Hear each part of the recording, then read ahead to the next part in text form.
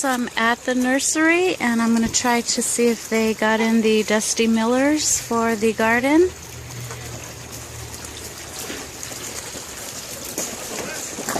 But isn't this beautiful? Oh.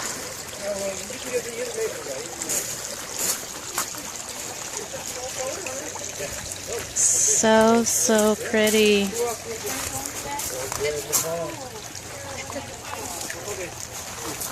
What do you need, dear? How many?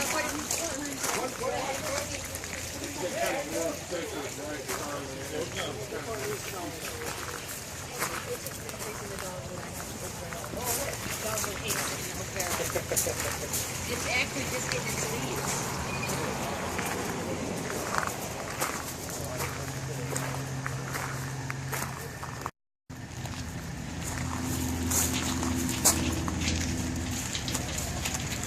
So I'm actually looking for a Japanese leaf maple.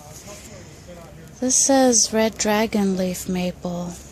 I'm looking for a little dwarf one because the garden's not, you know, huge or anything, but I love the color and it just brings nice contrast to the garden. And then I like these because they also bring, you know, a deep red color to the garden as well. These are so pretty. I love the color. But I can't decide if I like these as well because these are red and they stay this color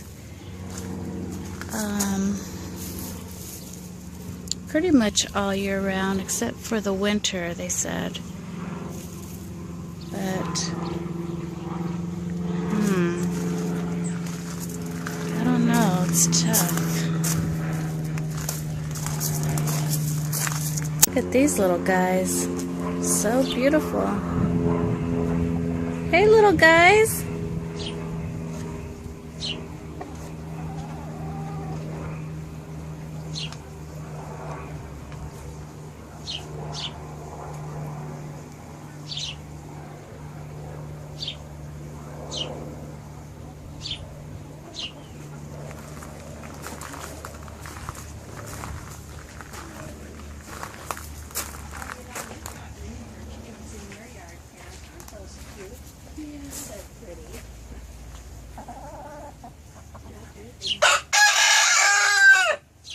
I was in luck and they did have Dusty Millers that came in, so I'm going to plant those.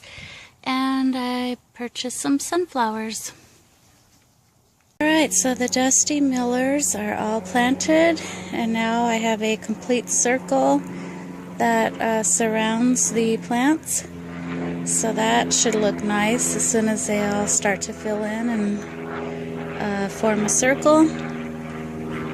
And then I have my sunflowers back there that I just planted, and those are going to get a lot taller. So I think that's the perfect spot for them to be at. Here are some nice pretty roses. So pretty. I need to do something about these leaves here though. We get a lot of slugs and insects that come around the garden and want to feed off of the plants, so I need to start taking a bit more care of the roses, and I'm really surprised that they have done so well despite the little guys that want to come out. I also have these azaleas that are really pretty. They started to bloom real nicely, and it looks like they're kind of going in now, but I wanted to capture it before they stop. This one seems to have stopped already, but this has purple flowers that come out of it.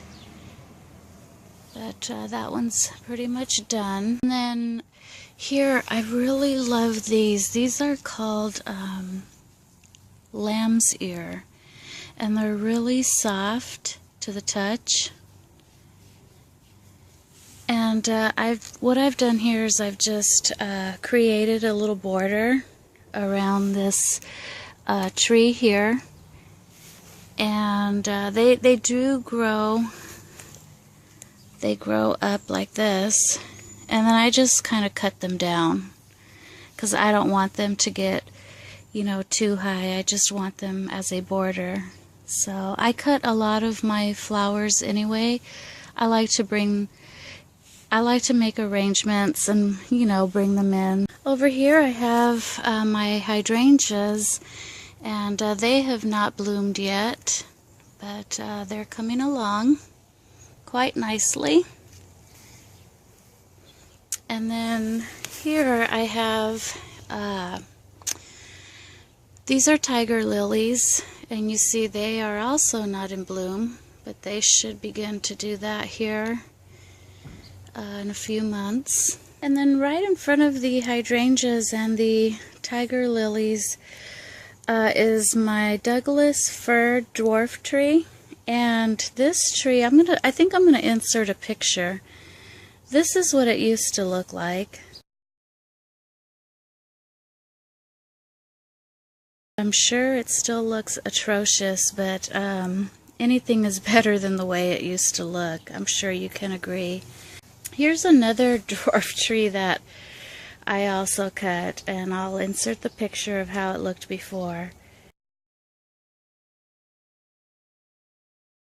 So this here, I had gone to a yard sale and had picked up some supplies that I had seen that someone was selling, and I noticed that she was getting rid of this, I don't know, tree stump. I don't know if that's what you'd call it, but she was getting rid of that. It was right next to her dumpster, and I asked her if I could take it off of her hands, and brought it for the garden. And I don't know if I'm going to plant anything inside of it yet. Right now it's just a big, you know, hole inside, but I'm not sure if I really want to fill it with dirt and maybe plant something, you know, on the top. But for now I just have these succulent plants that are growing on the side of it, as well as some moss. And then here again I have the lamb's ear. It just grows so wild that I need to clean that up. And then I have again some azaleas, really pretty and pink.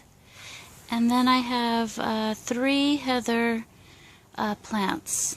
One of them grows a lavender purple, and then the other is more of a deep purple. Really pretty. So this is basically the garden. I wanted to share that with you all, and I'll probably be working on it a lot more throughout the summer, so I'll definitely have more footage of the garden and more plans that I have for it. So anyway, that's a look into my garden. Well, it's time to put away all of May. Because in just a couple of days here we're going to be in June, and I'm going to put my June tablescape. But I just remembered, since I've been slacking off here on my vlogs, I just remembered that I did not post at all my Cinco de Mayo highlights, nor did I post my Cinco de Mayo tablescape, and I apologize for that. But I'm going to insert a picture now of what the tablescape looked like and some of our highlights.